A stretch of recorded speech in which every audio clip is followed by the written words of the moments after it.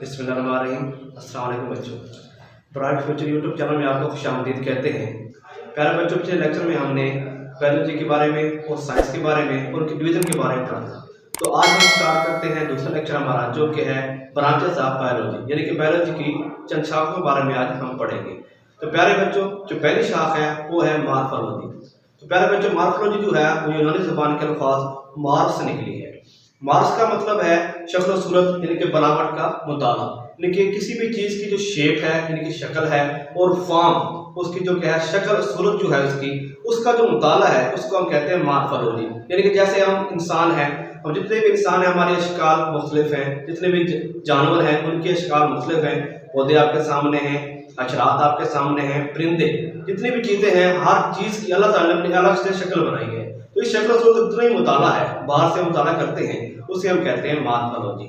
उसके बाद दूसरी जो हमारे पास ब्रांच है वो है एनाटॉमी। एनाटॉमी क्या है? किसी भी चीज़ की जो हम अंदर से चीज़ों को देखते हैं, अंदरूनी साख्तों को देखते हैं, अंदरूनी साख्तों को मुताला करते हैं, यानी कि इंटरनल स्ट्रक्चर का जो मुताला है उसको हम कहते हैं एनाटॉमी। जैसे कि हम इंसान हैं, हमारे अंदर दिल है, जिगर है, फेफड़े हैं, हमारा अंदर से सेटअप कैसा है, किसी जानवर का पौधा अंदर से कैसा है, उसका मुताला एनाटॉमी कहलाता है।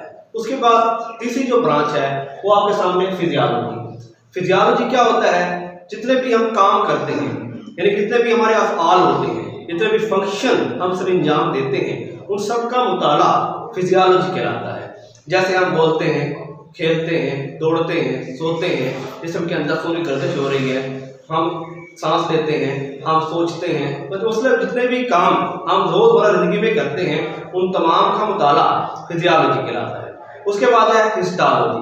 तो हिस्टोलॉजी क्या है मेरे बच्चों? हिस्टोलॉजी है टिश्यूज़ का मुताला, द स्टडी ऑफ टिश्यूज़ को हम हिस्टोलॉजी कहते हैं। तो बात करते हैं पहले टिश्यूज़ की। टिश्यूज़ क्या होते हैं मेरे बच्चों?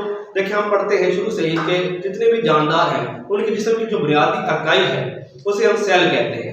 जब एक सेल्स बहुत से सेल्स इकट्ठे होते हैं, मिलकर काम करते हैं, तो क्या कहलाते हैं? टिश्यूज़ कहलाते हैं।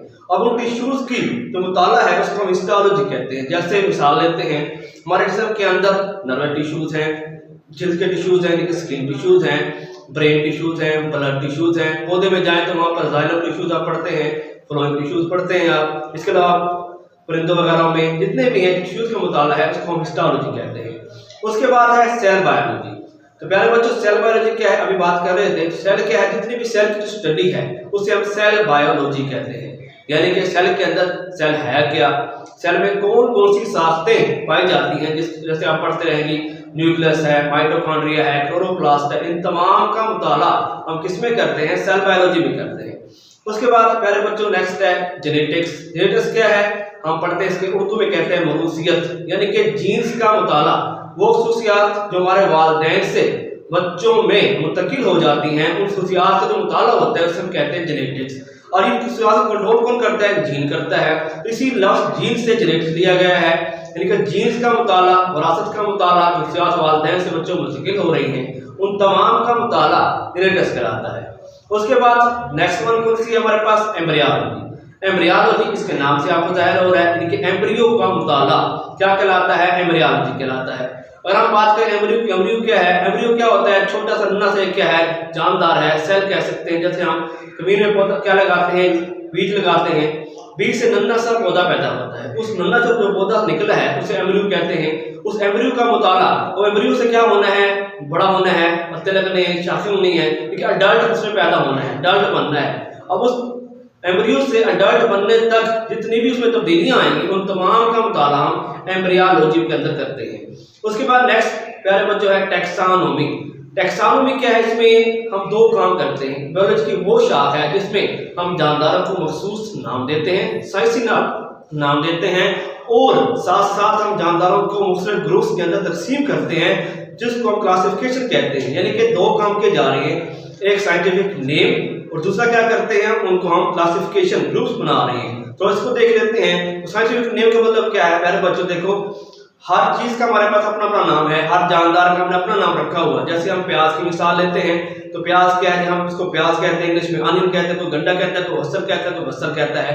हर इलाके में, हर कंट्री में इसका अपना अलग अलग नाम है। तो इससे बचने के लिए हम क्या किया है, साइंसदानों ने एक ही नाम दिया है जिसको हर जानदार को उसी नाम से उसको लिखा जाएगा और पुकारा जाएगा। उसके बाद दूसरी ब्रांच क्या है, दूसरी जो हिस्सा इसका है वो है क्लासिफिकेशन, यानी कि जानदारों को उनकी मुशाबियत अल्फाज की बुनियाद पर ग्रुप्स बना दिए। जैसे हम इंसान है, हमारा अलग ग्रुप है, पौधों का अलग ग्रुप है, परिंदों का अलग ग्रुप है, जानवरों का अलग ग्रुप है, अशरात का अलग से ग्रुप है, जिसको हम कहते हैं टैक्सोनॉमी। उसके बाद नेक्स्ट हमारी ब्रांच है वो है पैलेंटोलॉजी। तो पैलेंटोलॉजी क्या है, द स्टडी ऑफ फॉसिल्स, यानी कि फॉसिल्स का मुताला पैलेंटोलॉजी कहलाता है।